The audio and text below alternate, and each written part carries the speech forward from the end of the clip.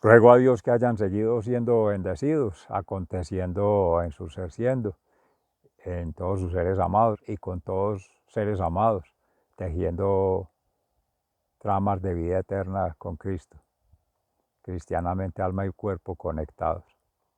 Reciban un amoroso saludo fraternal de su servidor, amigo y hermano de la Fundación Cambio Gnosis. En contexto, Vereda Estrella Nueva, municipio de Jericó, provincia del Cartama, suroeste de Antioquia,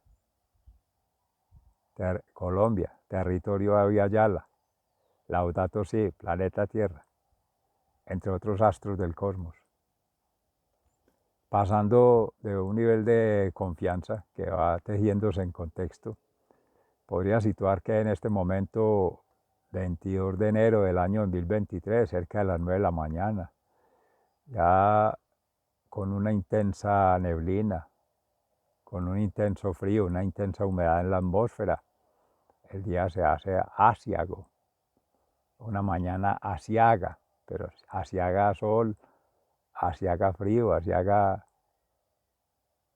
brisa, es bendecido por Dios, toda criatura.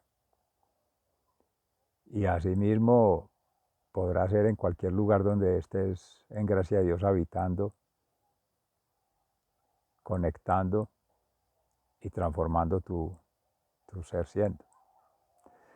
La palabra de Dios en Isaías, que hacíamos en gracia de Dios a la meditación de la palabra de Dios al inicio con Fundación Amayá, que nos llevó a hacer una reflexión con la Fundación Escuela de la Conciencia Ambiental en ambas versiones, previa y en profundidad, pues acá con la previa que hacíamos ahorita, en gracia a Dios, siempre dar gracias a Dios, bendiciones a Dios, bendecidos por Dios, enviar bendiciones a todos, eso es, y dar gloria a Dios por todo lo que se haga, también por lo que no se haga en santidad, y por lo que, siendo que otros lo hagan en santidad, se acoge por omisión, pero no por complicidad en desacción, y menos aún por una reacción frente a lo que buscamos. Por eso es tan fundamental, tan trascendental, tan esencial la santificación. De ser humanos, humus, en humildad, avanzar en procesos de santidad, de querer en lo íntimo de su ser, de su corazón, ser santo, porque santo es el santo de Israel, porque santo es Dios, Jesús, y porque santo es todo lo declarado por su ser siendo testimonio de vida eterna como camino, verdad y justicia divina. Y ese sí ha sido, ese sí será santo, santo, santo, como el Padre Creador, el Jesucristo Sanador y el Espíritu Santo Santificador, ha sido, ese sí será omnisciente, omnipresente, omnipotente. Y se han ido santificando otros seres que en principio uno rescata a nuestra Santísima Virgen María, Madre de Dios, Madre nuestra, Madre de la Catedral de Nuestra Señora de las Mercedes, y allí está la Madre Laura, que esa ha sido santa, pero muy después de Cristo. La Santísima Virgen María, predestinada desde antes de Cristo, como la familia Anahuín, contextual con la Isabel, la madre de Juan Bautista, y estos primos acercarse ya, profeta Juan anunciando el camino de Manuel Jesús, y ya Jesús empezar la vida de cristianización, la vida de cristificación, una cristonomización, llevarnos ese ontos en Cristo a la autoría con Dios, porque siempre está en el verbo, y estamos hablando del evangelista San Juan. Ahí que entra en esa familia Jesús, María y José. Entonces María, Madre de Dios, José, Padre putativo de Jesús y esposo castísimo de María, y lo mismo Padre nuestro terrenal en tanto es más que un modelo, más que un ejemplo, no, un testimonio de vida en familia, en unanimidad, un alma conectada en corazón, que eso es distinto, más que por la razón, que estar de acuerdo que por consenso, no, eso no existe ahí, y menos aún por un asunto emocional, instintivo, natural que se llama, porque si hubiese sido así no hubieran escuchado, aceptado y actuado en función del llamado de Dios a través de los ángeles respectivamente, del arcángel San Gabriel, hacer la anunciación a la Santísima Virgen María, de que viene el verbo de Dios a habitar su vientre, como arca de la alianza, para esta nueva alianza del Evangelio. Amén. El Mesías, Immanuel, Dios en nosotros, Dios con nosotros y Dios entre nosotros, haciendo redes de confianza para el reino de los cielos. Trascender este reino, claro, temporal y transicional. Antes, durante y después. Estamos hablando por generaciones sucesivas. Y enseguida, pues también José, que en su contexto habría de denunciarla, es su deber moral, su llamado moral y cultural ahí por la ética, las costumbres, las prácticas, era denunciarla, apedrearla, o sea, asesinarla a la Santísima Virgen María, a esta mujer de Israel, del pueblo de Israel, porque era pecado, porque era impura, porque era la forma de sanear, que eso tiene que ver mucho con las prácticas de la llamada salud, que primero se sacaba toda la sangre para que saliera lo malo. Y eso tiene que ver mucho con la influencia judeo-cristiana y judía y antes de los sacrificios, los holocaustos, que veníamos reflexionando en ello en estos días, de que era para que fuera propiciatorio, tiene que ser lo más puro, lo más cercano, que es lo más niño, un cabrito, una palomita, algo recién nacido. ¿Será que entonces pregunta propositivamente? Que también a eso se dan prácticas paganas, rituales, mundanas de creer que una criatura, sacarla del vientre de la madre, un feto, para ofrecerlo en sacrificio, en holocausto, en expiación de culpas, o por un hedonismo, por un placer o por más de lo mismo, rituales intrascendentes, pero que no tienen ninguna santificación, menos aún y justificación desde las lógicas todas, que tendría que juntar las lógicas todos los seres humanos, habidos y por haber, y que están habitando con nosotros, hoy en esta espacio-temporalidad energética. Ponga pues de acuerdo miles de millones de seres del planeta para hablar de la lógica. Eso es soberbia, más que espiritual, o por ignorancia, o por analfabetismo, o por desconocimiento, o por una soberbia racional, una soberbia de la lógica racional, una soberbia intelectual, que se ve replegada en los egos por el juego del egos, títulos, honores, reconocimientos, por, entre comillas, conocimiento. Pregunta, ¿dónde está la metacognición, el conocimiento, el conocimiento? ¿Cómo ha sido todo ese proceso o esos procesos, personal, social, cultural, y todas esas espirales? Planes de vida conversando con el plan divino.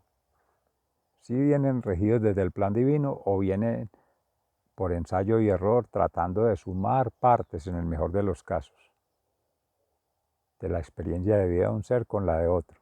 Y más que la experiencia de vida, si se toma un trayecto, un transecto, un recorrido amplio, no. Datos y estadísticos basados en una percepción, que normalmente es un concepto, un constructo, un contenido subjetivo, en una unidad de control, en condiciones de modo, tiempo y lugar definidas, o sea, acartonadas, calculadas para que dé un dato, y empezar en unas tablas en unas matrices, en unas listas de verificación de chequeo, si de acuerdo a unas categorías, a unos rangos y a unos indicadores matemáticos, estadísticos, económicos, se ajusta al patrón.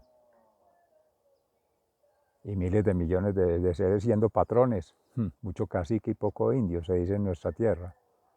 ¿Cuándo los pone de acuerdo? Que van a utilizar la inteligencia artificial, el machine learning, artificial, ya empezó mal, porque no es inteligencia divina, es del Espíritu Santo. Ya de ahí todo eso se cae. Ya al entrar le están diciendo que eso es mentiras, que eso es falsedad, que eso no es verdad. El Salmo 26 de hoy, el Señor es mi luz y mi salvación, porque es la verdad. Camino, verdad y vida. En el amor, la verdad y la justicia divina. No que sea la iglesia la única verdad, no. La iglesia cristiana, la iglesia católica, la iglesia apostólica, o juntándolas, cristiana, apostólica y romana, como se dirá. Ahí hay muchas diferencias. De hecho, pues en contexto se habla ahora del famoso cisma, que quizás se está dando al interior de la misma iglesia católica y no para generar ruido, sino para invitar realmente a partir de la meditación de la palabra de Dios, que en gracia de Dios nos permitió hacerlo desde esta humilde experiencia de vida, sirva para bien, apuntar no tanto para esta alma, sino para alma, expiación de las culpas de todos, que llamamos pecado y seguimos allí, porque el pecado es más que un término, un concepto, una noción de que se induce por el miedo, de perdición, del infierno. No, esos son un lenguaje, una construcción simbólica en el ilusionismo, en el medioevo, con la misma que se construyeron el lenguaje tóxico del capitalismo, estrategias y estratagemas de guerra. Que el objetivo militar, target, de Grecia, por de Grecia, o sea, de la misma fuente del lenguaje, sin recordar el Shema, ama a Dios con toda tu alma, con toda tu fuerza, con todo tu ser. Escucha Israel, o sea, la fe, la fe. No. En Grecia se hablaba, ese era el pueblo hebreo, judío. Y en Grecia, del target, al objetivo, al blanco, al punto que se define como control, el patrón. Y lo que se salga ahí no. Ya se sale de la unidad de estándar. Ya es exclusión. Aquí hay que recogen partecitas. O sea, es la no inclusión que se coge por sesgos. Pero el todo no está hablando del todo y las partes y sus interacciones. Ya desde allá empieza todo el proceso mal. Y si es en latín, pues peor aún. Porque entonces se habla, haciendo la analogía lingüística, pero poniéndola en contexto, desde una perspectiva, amorosamente lo confieso, no teológica, porque no he sido formado en ello, pero sí académica y conceptual, de los niveles profesionales, sin ser de perogrullo, sino utilizando, como decía Pablo en algún momento en las cartas, humildemente y reconociendo de nuestro hermano y su santidad, y que Cristo llegó a habitar en su ser y ser manifestación pura de la obra de Dios en una criatura y hacerlo santo. Pero sí, tomando de ello, que también se habla en proceso de mistificación, ascético y de profetización, que es lo que buscamos en gracia de Dios, en esta evangelización profética, verdad en Cristo. Pero entonces amorosamente invito, si nos vamos saliendo de allí, si nos vamos alejando de Cristo, si realmente estamos hablando fuera de esa verdad, por favor nos lo hacen saber, en la forma como Cristo lo haría, con misericordia, con amor y con compasión, porque se trata de aportar a la santificación. Todos en gracia de Dios hemos de llegar allá. ¿Para qué tanta pataleta?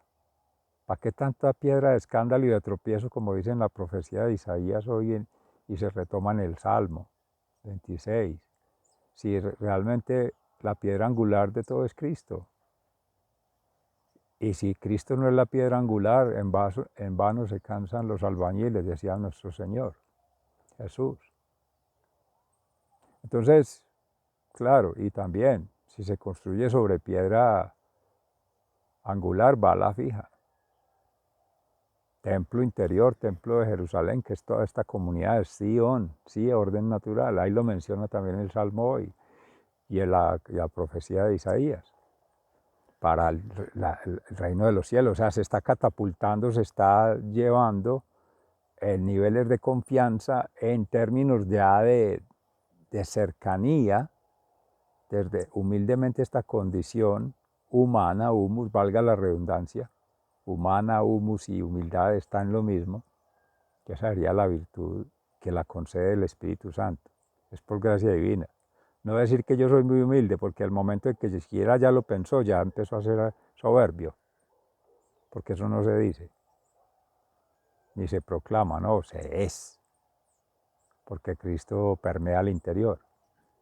Por eso nos ha dado un corazón de carne, para poder entrar allí y salir cuando quiera.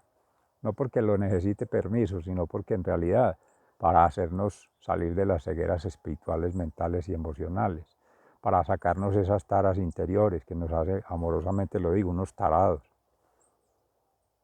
y tirando como los animales del bueyes, jalando peleando unos contra otros. Los luchadores de Goya, metidos en un pantanero, que si se ponen de acuerdo o se coordinan o se bajan las emociones, salen de ahí, pero no, entre más forcejan, más se hunden.